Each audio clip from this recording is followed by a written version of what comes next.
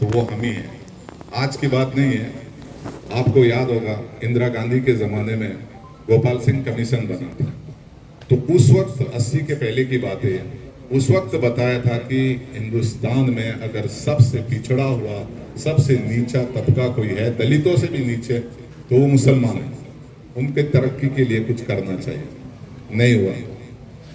उसके बाद में सच्चर कमेटी बनी, मिश्रा आयोग बना, कृष्णा कमेटी बनी, नानावटी आयोग बना, बहुत सारे आयोग बन गए।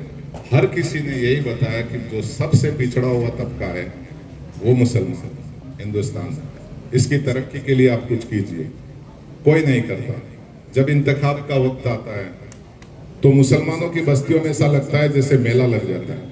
हर आदमी उम्मीद सिर्फ हम ही से करता है कि ये हमें वोट दे दे। और आप लोगों को ये मालूम होना चाहिए कि हमने जब किसी को भी वोट दिया तो एक साथ दिया, एक तरफा वोटिंग करती हमारी।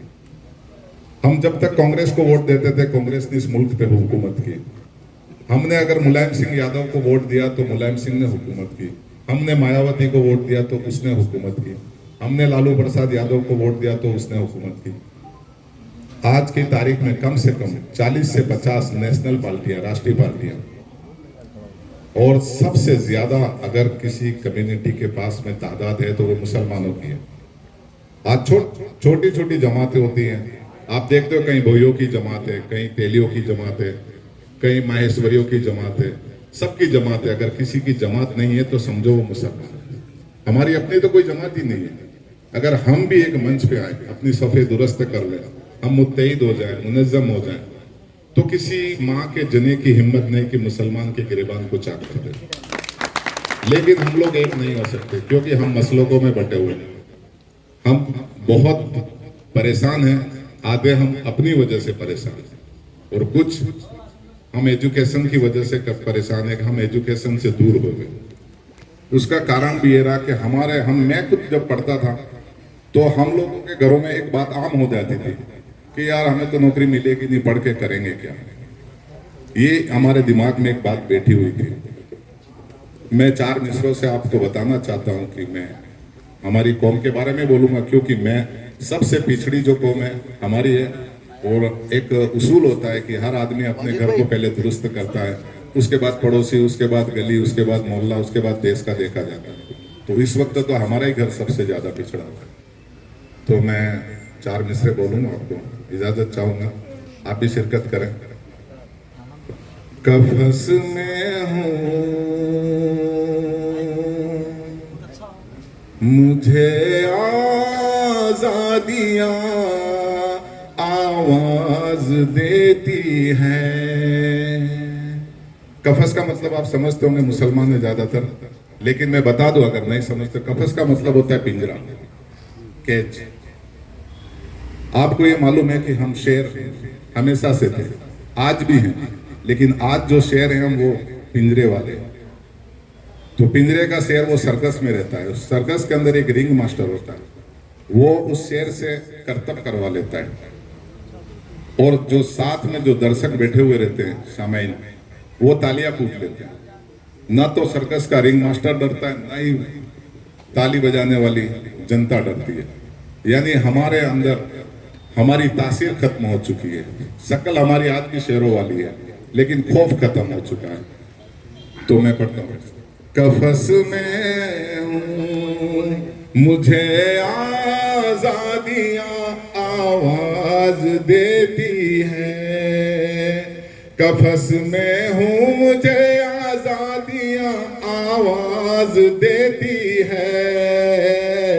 मेरे पर खोल दो, मेरे पर खोल दो, पुरवाइयाँ आवाज देती हैं। तो ये पर तब खुलेंगे जब हम मुनज़्ज़म हो जाएंगे और हम अपने हक के लिए लड़ेंगे, और जब तक लड़ेंगे नहीं तब तक जीतेंगे नहीं। इस बात को सारी दुनिया जानती है। और बिना मांगे तो माँ अपने बच्चे को दूध भी नहीं देती है।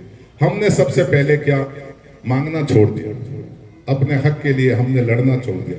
हम बिल्कुल मायूस हो चुके हैं, हमें लगता है कि अब हमें नहीं मिलेगा, हम जीत ही नहीं सकते। हम अपने हार पहले से तय कर खुद ही मान लेते हैं कि हम हारे हुए खिलाड़ी। तो हम लोग इस तरह से गर्त में चले गए, आज इस मकाम पे हम आ गए कि हमारी कोई पहचान नहीं बची इस मुल्क में। ना तो कोई सियासत में है, न ही कोई बिजनेस में है, कहीं पे कोई पहचान नहीं है। महाराष्ट्र से लगा के शायद छत्तीसगढ़ तक, झारखंड, राजस्थान और इस पूरे इलाके में 7.5 करोड़ मुसलमान रहते हैं। लेकिन ये अफसोस की बात है, हमारे लिए शर्म की भी बात है कि इन 7.5 करोड़ों में कोई एक ऐसा लीडर नहीं है जो संसद भवन में जाके बैठ सकता है। उसका कारण सिर्फ हम ही है। हम सिर्फ वोट देना जानते हैं, अपने लिए वोट नहीं मांगते, क्योंकि हमें शर्म आती है कि हम तो बहुत ऊंची जात के लोग हैं, हम क्यों वोट मांगे किसी से। लेकिन आज की तारीख में सारी जातियां ऊंची हो गई और हम सब से नीचे आ गए। सबसे ज्यादा लड़ने वाली जात आज सबसे ज्यादा कमजोर हो चुकी है। तो इस माशरे को वापस जगाने के लिए एक ही इलाज है कि हमें मुत्तहिद होना पड़ेगा। जब तक हम एक नहीं होंगे हमारा कोई भला नहीं होने वाला, क्योंकि हमारी पहचान धीरे धीरे खत्म हो चुकी है। आज भी हम सोचते हैं कि हम इस पार्टी को वोट दे दें। हमारे अंदर बहुत से लोग ऐसे सोचते हैं कि नहीं यार, ये पार्टी क्या कर लेगी, एक आदमी है, एक आदमी जीत के क्या कर लेगा। लेकिन एक आदमी अगर बात करता है संसद में तो सुनी जाती है 140 करोड़ लोगों द्वारा, तो सुनते हैं। आज असद भाई साहब बात करते तो सारा हिंदुस्तान सुनता है। तो आज तक हम लोग थोड़ा बहुत उनकी वजह से भी बचे हुए हैं, वो हर जगह आ जाते हैं। तो अगर ये राजकुमार साहब भी चले जाएंगे तो 1 से 2 तो हो जाएंगे कम से कम, जो हमारी बात को मनवा सकते हैं, हमारे काम को करवा सकते हैं। और हम लोगों को भी ऐसे ही उम्मीदवार को चुनना है। अब हमारे अंदर भी पढ़े लिखे लोग बहुत हो गए। एक जमाना था कि हम लोग पढ़ते ही नहीं थे, हम सोचते थे पढ़ के करना है क्या। मैंने बताया ना, हम लोग पहले ही मान लेते थे कि हमें तो नौकरी मिलने वाली नहीं है, पढ़ के क्या करें। और हमारा जो सबसे ज्यादा बेड़ा गर्क किया वो आप लोगों को शायद नहीं पता होगा कि हिंदुस्तान की फिल्मों में भी हमें जब भी फिल्मों में बताया जाता था तो लुंगी पहना हुआ एक जालीदार बनियान में, सर पे टोपी लगाया हुआ कोई फालतू सा काम करा हुआ आदमी। आप अमिताभ बच्चन को देख लीजिए, उसने जिंदगी में बड़ी बड़ी फिल्में बनाई, लेकिन जब बात मुसलमान की आई तो उसने कूली बनाई इकबाल नाम से, समझ गए ना।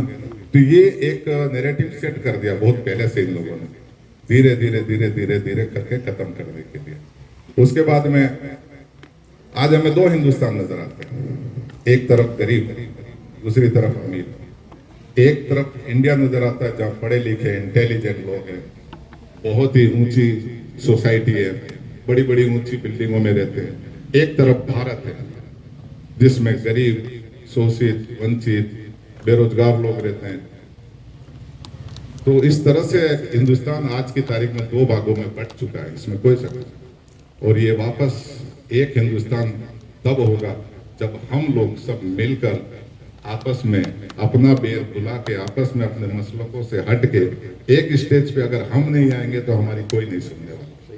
तो खुदारा मैं आपसे बार बार गुजारिश करता हूँ कि मसलकों के झगड़े आप अपने घर तक रखो, मैदान में एक होकर आओ। क्योंकि हमें जब मार पड़ती है तो ये नहीं देखा जाता कि ये शेख है या मुसलमान, ये पठान है या सैयद है, टोपी देखी जाती है बस। तो मैं ज़्यादा नहीं बोलूँगा क्योंकि बोलने के लिए बहुत कुछ है, यहाँ बहुत सारे लोग भी बोलने के लिए आए हुए हैं। तो मैं बस आपसे इजाज़त चाहूँगा और इंशाअल्लाह राजकुमार साहब को अब 26 तारीख को भारी मोहब्बत से जिताएं। जीत तो वो जाएंगे लेकिन हमारी शिरकत रहेगी तो अच्छा रहेगा। और हम चाहते हैं कि वोटिंग प्रतिशत भी बढ़े और वोट पूरे के पूरे राजकुमार साहब को जाने चाहिए। अल्लाह हाफिज़।